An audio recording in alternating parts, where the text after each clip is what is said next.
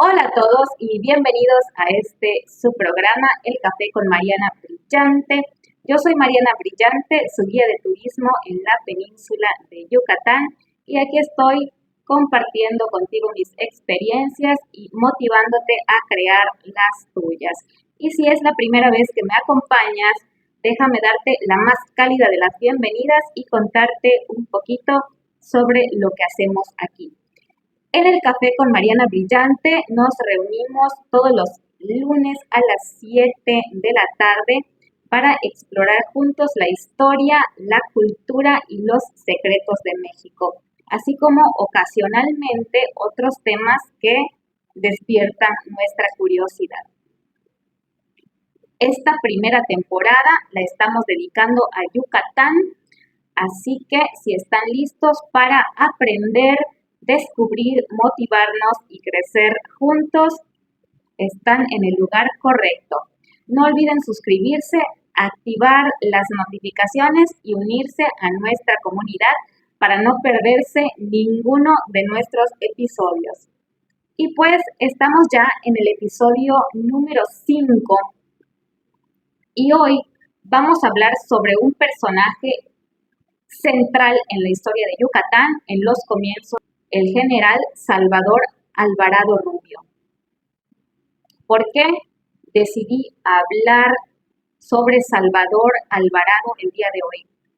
Creo que después de haber abordado a fondo la situación de la casta divina en Yucatán, la interrogante que nos surge a todos, y es la pregunta más recurrente entre mis turistas al exponerles la grandiosidad del Paseo de Montejo en mis tours de los lunes. ¿Cómo y por qué? Es que se acabó la época dorada del Enequén en Yucatán. Inmediatamente yo me pongo a explicarles sobre la revolución, entonces pensé que el tema que seguía era ese. Entonces me fui a investigar y me encontré con un libro buenísimo que próximamente voy a estar compartiendo con ustedes la reseña, pero sentía que algo me faltaba para entrar de lleno en este tema. Y la pieza que me estaba faltando era el controvertido personaje del cual vamos a hablar hoy, el general Salvador Alvarado Rubio. No sé ustedes, yo cuando era niña, siempre que oía mencionar el estadio Salvador Alvarado, me preguntaba por qué rayos le habían puesto el nombre de un completo desconocido para mí a un lugar que parecía tan grande y tan importante. La verdad es que si en la escuela lo oí mencionar, fue muy brevemente. Ahora comprendo que puede ser que esto no haya sido casualidad, porque para algunos es un personaje bastante incómodo. Como guía de turistas, entre la colegancia, se habla de este personaje de una manera muy ambivalente. La postura de los más radicales lo describe como un malvado, villano, destructor, por decirlo menos, y utilizar un lenguaje apropiado. Pero la verdad es que Salvador Alvarado es una figura central en la historia de Yucatán y a mi parecer digna de un par de episodios, porque no nos va a alcanzar con uno, y enteros y reivindicadores. Así que decidí que no se puede pasar a hablar sobre la revolución en Yucatán sin hacer la autopsia de este personaje. Con una posición totalmente neutral, quise adentrarme en su mente y comprender su ideología. Me senté a platicar largamente con él antes de juzgarle en base a las implacables críticas de sus detractores.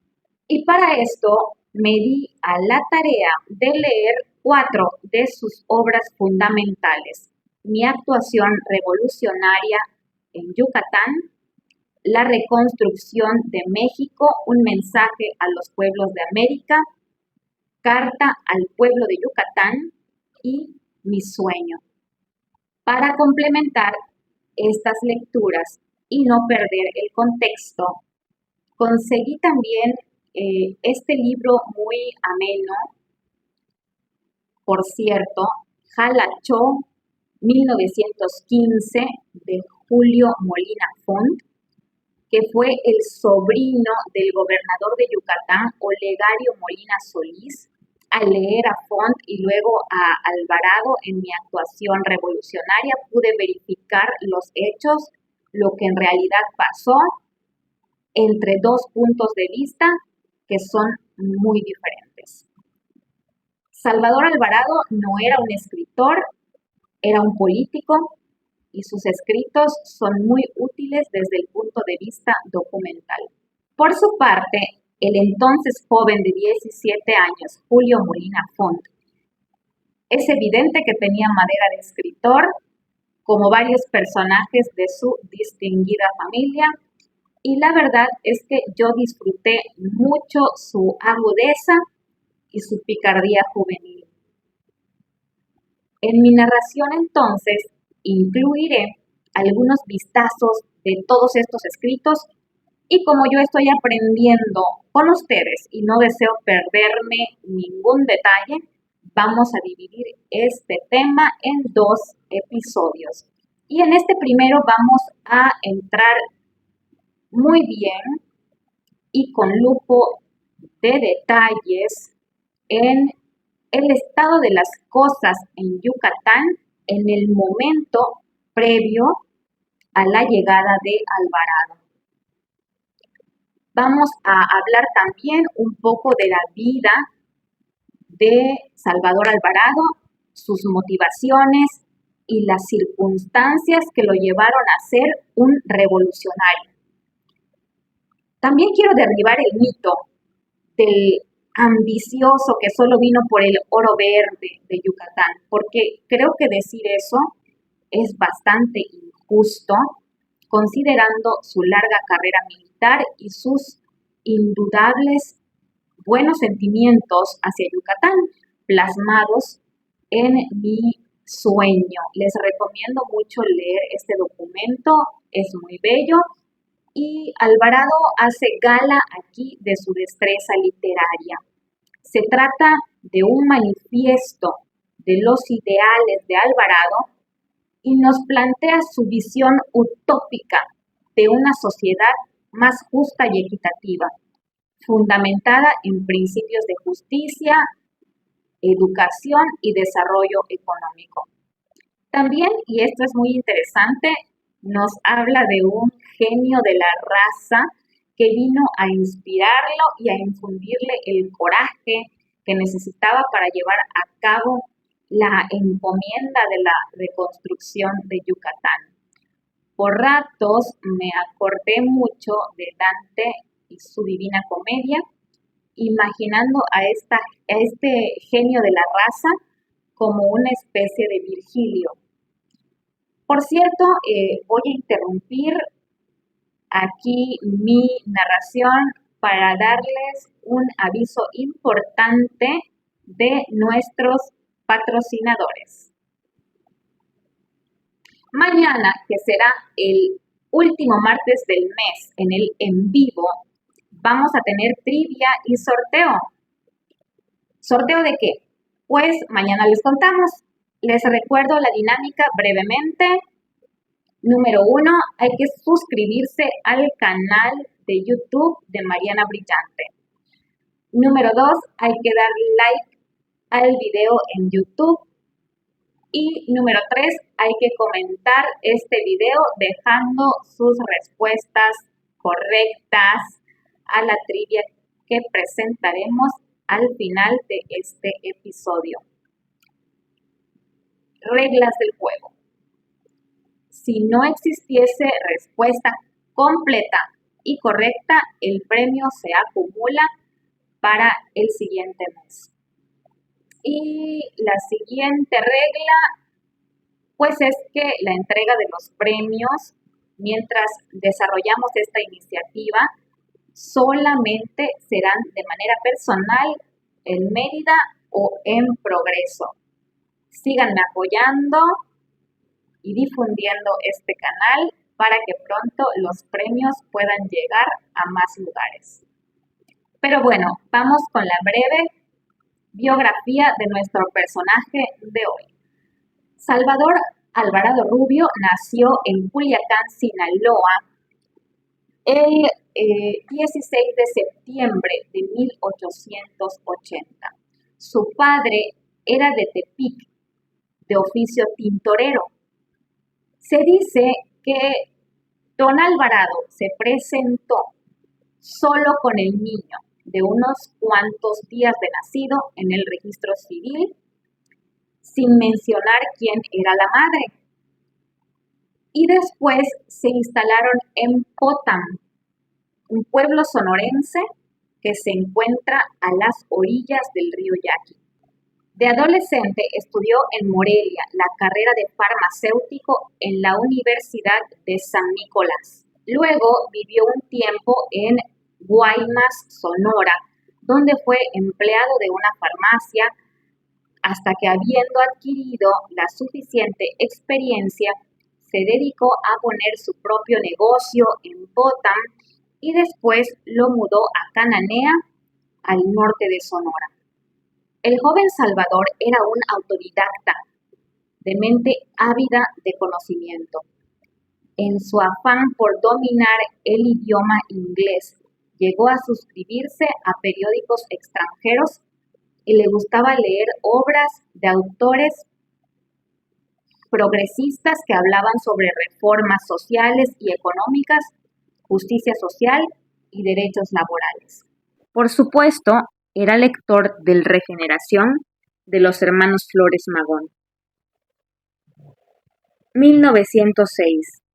El año en que en Yucatán se inauguraba el Paseo de Montejo marcaría su destino como actor político en el país cuando a la edad de 26 años fue nombrado elector de las votaciones que iban a tener lugar en Sonora.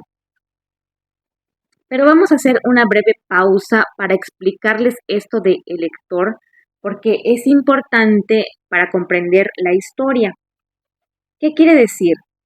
Hasta el año de 1912, a instancia de una iniciativa presidencial de Francisco I. Madero, las autoridades públicas, si es que eran electas de manera indirecta. Solamente los varones mayores de 21 años o mayores de 18, si es que eran casados, podían votar y la única opción era la de votar por un elector, no por un candidato. Luego, los electores eran reunidos como colegio electoral y entonces sí, este colegio elegía al candidato. Así lo había dispuesto la Constitución de 1824. Además, en 1836 se había añadido un requisito de ingreso para poder votar. O sea, que el que quisiera votar tenía que ganar por lo menos 100 pesos al año. Este requisito se dobla en 1945, con el propósito, claro está, de alejar a las clases peligrosas, lo que hace de las elecciones algo exclusivo de las minorías. Bueno, pues en esta ocasión, el voto de Alvarado y de otros electores desaparecieron misteriosamente porque se cree que proponían para la vicepresidencia de la República a una persona distinta de la propuesta por el gobierno porfirista. Unos años después, Alvarado escribiría: ¿a cuántos millones de jóvenes mexicanos se habría matado la fe del mismo modo? Como consecuencia, en ese mismo año se afilia al Partido Liberal Mexicano, que era contrario al gobierno y en 1910 se une al Partido Nacional Antireeleccionista, en el que destacaba la figura de Francisco I. Madero. Alvarado se relaciona entonces con otros revolucionarios como José María Maytorena y Juan Cabral, y antes del 20 de noviembre de 1910 estaba ya al pie de la lucha junto con otros sonorenses. En 1911, bajo el mando de Cabral, asciende a los grados de mayor y teniente coronel. Y en 1913 combate la rebelión orozquista y llega a ser jefe de un cuerpo auxiliar federal. Al darse el cuartelazo de Victoriano Huerta, a quien en mi actuación revolucionaria en Yucatán, Alvarado se refiere como el usurpador. Alvarado se une al ejército constitucionalista y Carranza lo nombra coronel y jefe de la zona central de Sonora. Con la toma de Guaymas en 1914, se convierte en uno de los miembros más prominentes del constitucionalismo sonorense con independencia política de Obregón. En ese mismo año, sus soldados se suman a una revuelta encabezada por José María Maytorena, quien desconoce la autoridad de Carranza, y Alvarado es encarcelado en la penitenciaría de Hermosillo. Pero 3 meses después, la Convención de Aguascalientes, esta convención buscaba reconciliar a los líderes revolucionarios y unificar a las diversas facciones en un solo gobierno. Esta convención nombra entonces un gobierno provisional y este gobierno provisional va a nombrar a Alvarado comandante militar de la capital de la República en un intento por establecer estabilidad en medio de la creciente división entre las facciones revolucionarias. Y ahora sí, Salvador Alvarado llega a Yucatán el 20 de agosto de 1914, en la escena que representa la esencia del triunfo revolucionario. Carranza entra en la Ciudad de México escoltado por su Estado Mayor y acompañado por el general Álvaro Obregón, jefe del Ejército del Noroeste, el general Cabral, comandante militar de la Plaza de México. Y Venustiano Carranza procedió al nombramiento de los gobernadores de los estados, procurando que fueran nativos de la entidad que iban a dirigir. Para hacerse cargo de Yucatán, es designado el mayor de ingenieros, Eleuterio Ávila, que había nacido en Valladolid, aunque radicaba desde hacía mucho tiempo afuera del estado. Ávila se hace cargo del gobierno provisional y de la comandancia militar de Yucatán en septiembre de 1914. Y como vimos también en nuestro segundo episodio, su primer decreto fue la inmediata liberación de los peones acasillados en las haciendas, y la reacción de los hacendados fue violenta. Los historiadores que ha consultado esta servidora concuerdan en que luego algo extraño sucedió ahí, o lograron atemorizarlo con amenazas, o bien sobornarlo. Yo creo un poquito más en lo segundo, en base a lo que he leído. Y entonces da marcha atrás de manera que pues la medida se vuelve completamente improcedente e inoperante.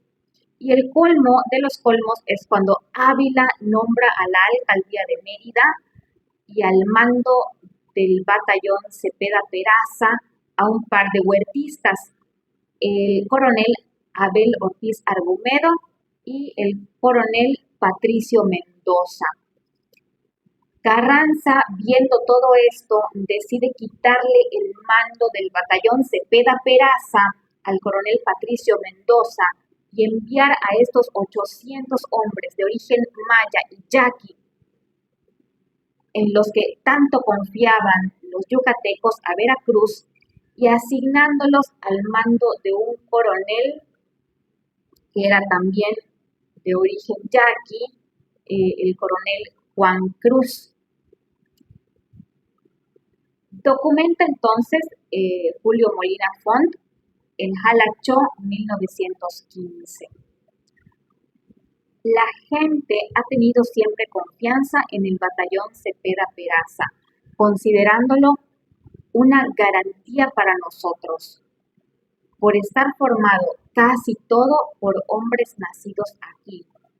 Y hay temor de que un nuevo jefe le cambie su carácter regional y lo convierta en un cuerpo extraño y quizá hostil a Yucatán.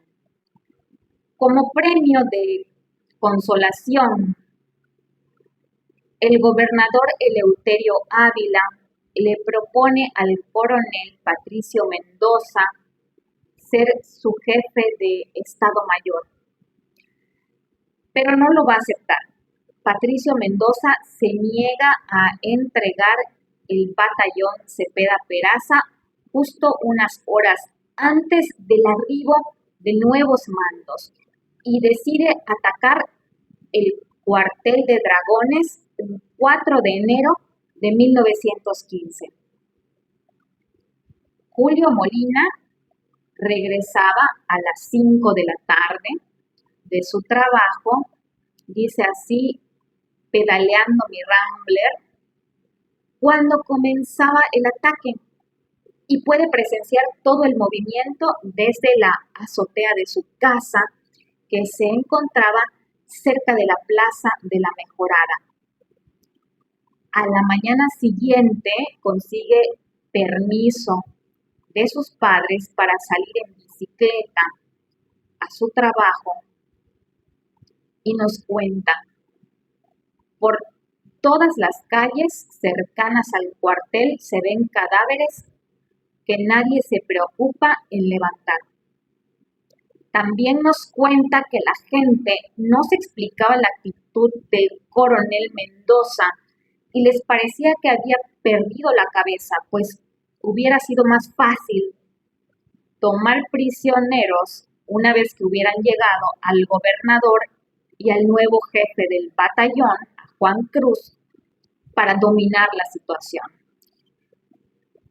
Ya para la madrugada, herido de un brazo, Mendoza ordena que los ferrocarriles pongan un tren a sus órdenes y en él se retira al oriente de Yucatán, desconociendo al gobernador, pero sin ningún plan definido. Dice Julio Molina,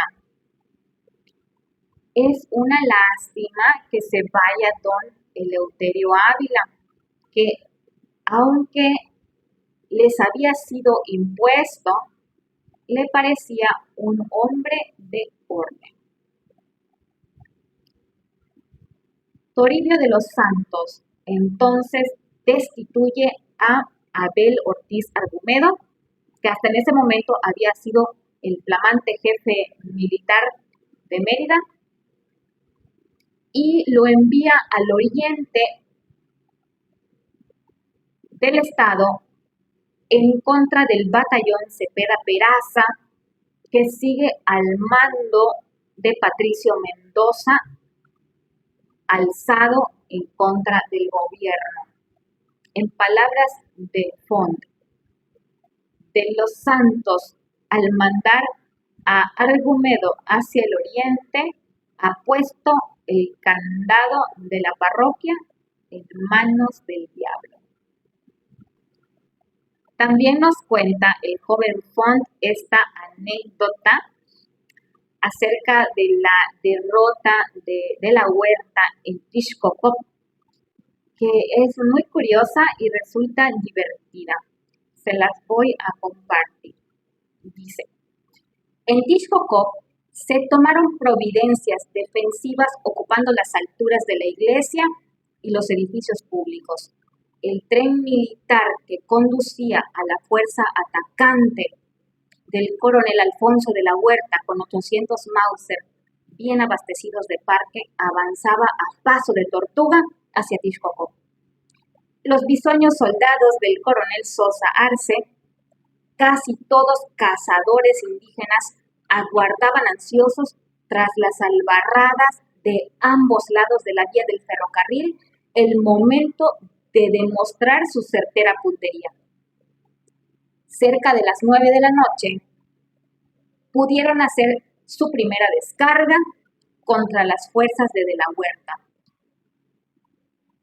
causando confusión entre los constitucionalistas desorientados por los gritos de ¡Viva Carranza!, acompañados de toques de diana y tangidos de campanas al vuelo.